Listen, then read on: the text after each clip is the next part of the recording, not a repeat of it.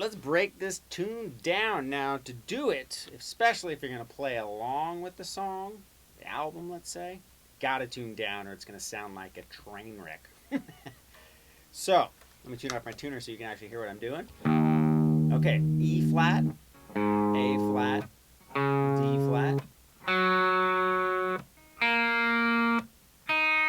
Okay, so you just take every string down a half step. That gives you a nice, low sounding, awesome chord. Tons of alternative bands do it. Even more classic rock bands do it. Hendrix, Van Halen. Sounds amazing. Easier to sing. Okay, so C sharp minor.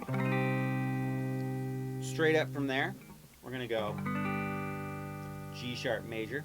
So this is the A string down, 4th fret, 5th fret, 6th fret.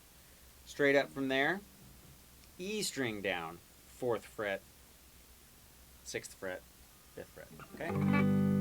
Then up 1 fret, so 5, 7, 6, A major chord, and then to E. Now to do the first little part, you got to hammer on the chord. Now all you're going to do is bar the whole 4th fret, A string down, and then you're going to pick the chord, and then you're going to take your 3 fingers here, and you're going to hammer onto the B string 5th fret, and then the D and G string 6th frets.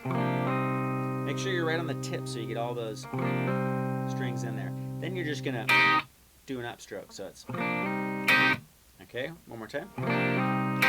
And then we're just literally going to take this whole thing right here, this exact shape, and up 1 set of strings. So don't take all your fingers off and then try to rearrange them. Just keep this finger memory going, and bam, just right up 1 group of strings. That's going to be G sharp. Now on this particular chord, on this particular part, you don't need to bar the whole thing because you're going to want to hear that open B string. And I'll show you what I mean. So it goes. Okay, so what we did was we hit, when we get to the G sharp chord, the low string, and then we're going to hit it again and then go straight down to the B. Okay, so we went E, and then E, A, D, G, B. So now we want to put the finger down because the next part, we're going to need to have that barred to have the chord come out right. So when we go to the 4th fret, it's going to sound like 4 hits, but we're only doing 3 things. We're doing a hit on the 4th fret, slide up to the 5th. Now I'm going to take the D and G string of this chord, hit, and then upstroke the B, E, and G.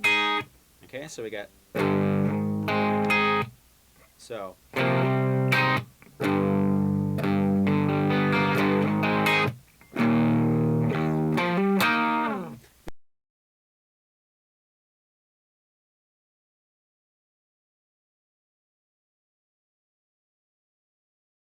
Now, after I go, I'm going to do a down, up, mute. And that gives me a little bit of time to organize my fingers into this E chord here, this E major. So we got, and then you basically just hit the whole chord, and then the low E string. Okay, so we got.